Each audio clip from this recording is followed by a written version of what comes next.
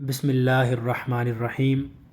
عزیز سامعین، آج ایک دکھی دل کے ساتھ ایک تعزیت کرنی ہے، ایک پیغام دینا ہے۔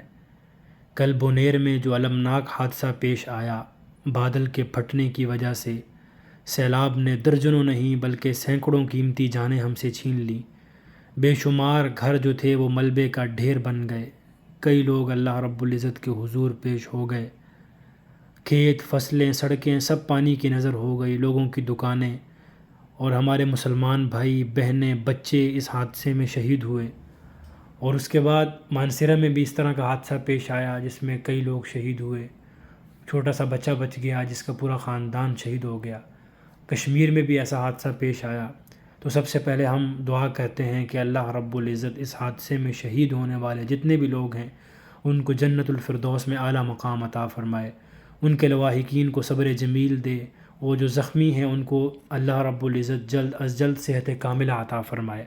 دیکھیے ابھی تک کوئی تعداد کنفرم نہیں ہے کتنے لوگ اس حادثے میں شہید ہوئے ہیں، کیونکہ ابھی کئی لوگ بیچارے کیچڑ کے نیچے، ملبے کے ڈھیروں کے نیچے بیچارے بچے، خواتین، بوڑھے، جوان پڑے ہوئے ہیں، ابھی جن کی لاشیں نہیں مل رہی، کوشش کر رہے ہیں۔ ابھی مفتی صاحب نے لگایا ہوا تھا کہ میں 43 جنازے اکٹھے پڑھا کر آیا ہوں، اللہ اکبر، اور میں جب واپس آیا تو 23 ایک گھر میں، 27 دوسری جگہ پر ہمیں لاشیں ملی۔ اب ہم ان کے لیے کفن دفن کا انتظام کر رہے ہیں کہ ایسی خبریں آ رہی ہیں جو کہ دل کو پریشان کر رہی ہیں۔ 400 بدلائی جا رہی ہے تعداد کے لوگ فوت ہو گئے ہیں، اور اتنی ہی تعداد اس سے زیادہ بلکہ لوگ زخمی ہیں، اور کئی لوگوں کے ابھی پتہ نہیں ہے۔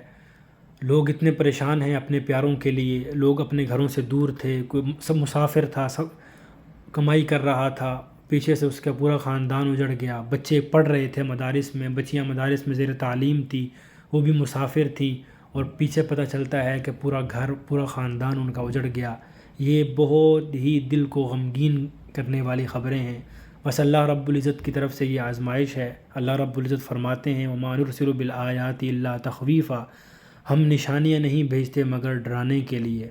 یہ اللہ رب العزت ہمیں پیغام دے رہے ہیں اور یاد دہانی کروا رہے ہیں کہ ہم اللہ کی طرف پلٹ آئیں، اللہ رب العزت کی طرف رجوع کریں۔ نبی صلی اللہ علیہ وسلم کا فرمان ہے، جب اللہ کسی قوم سے محبت کرتا ہے تو انہیں آزمائش میں مبتلا کرتا ہے۔ جو راضی ہو اس کے لیے اللہ کی رضا ہے، جو ناراض ہو اس کے لیے ناراضگی ہے۔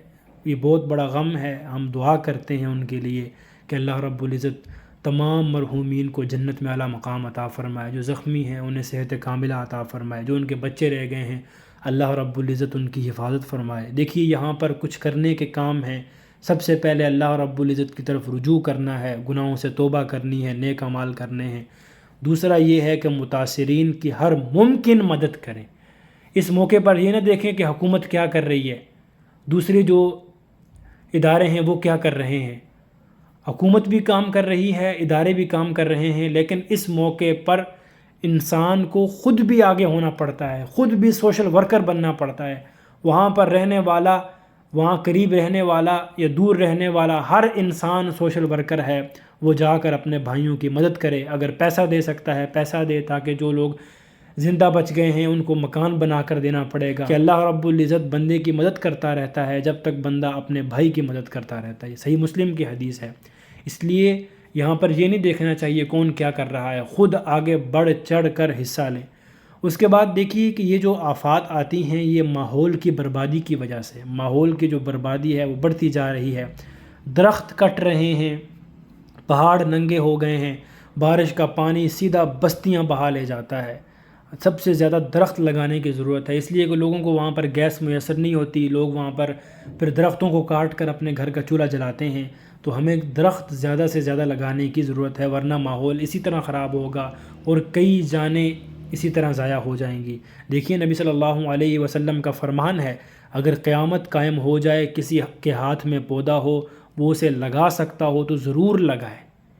دیکھیے ہمیں درخت لگانے کی زیادہ سے زیادہ ضرورت ہے۔ آپ درخت لگائیں گے اللہ رب العزت اس کا آپ کو اجر بھی دے گا۔ شجر لگائیں اجر کمائیں۔ تو ہماری ذمہ داریوں میں ایک ذمہ داری یہ ہے کہ ہم اپنے ماحول، انوائرمنٹ کو بہتر کرنے کے لیے ہم زیادہ سے زیادہ درخت لگائیں۔ اور پھر ہم آپ اپنے بھائیوں کے لیے دعا بھی کریں کہ اللہ رب العزت جو ہمارے بھائی جو شہید ہو گئے ہیں، اللہ ان کے درجات بلند فرمائے، ان کے اہل خانہ کو صبر جمیل عطا فرمائے، اور اللہ رب العزت ہمارے ملک پاکستان کو ان آفات سے محفوظ فرمائے، ہمیں توبہ و رجوع کرنے کی توفیق عطا فرمائے، اور اللہ ہمیں ان کاموں کی طرف لے کر جائے جو تیری رضا کا سبب ہو۔ یہ ایک میرا مختصر سا درد دل تھا جو میں نے بیان کرنا تھا، تو آپ سے بھی گزارش ہے کہ آپ بھی اس پیغام کو زیادہ سے زیادہ شیئر کریں، اور جو آپ سے ہو سکتا ہے آپ بڑھ چڑھ کر اس میں حصہ لیں۔ وآخر دعوانا ان الحمد للہ رب العالمین۔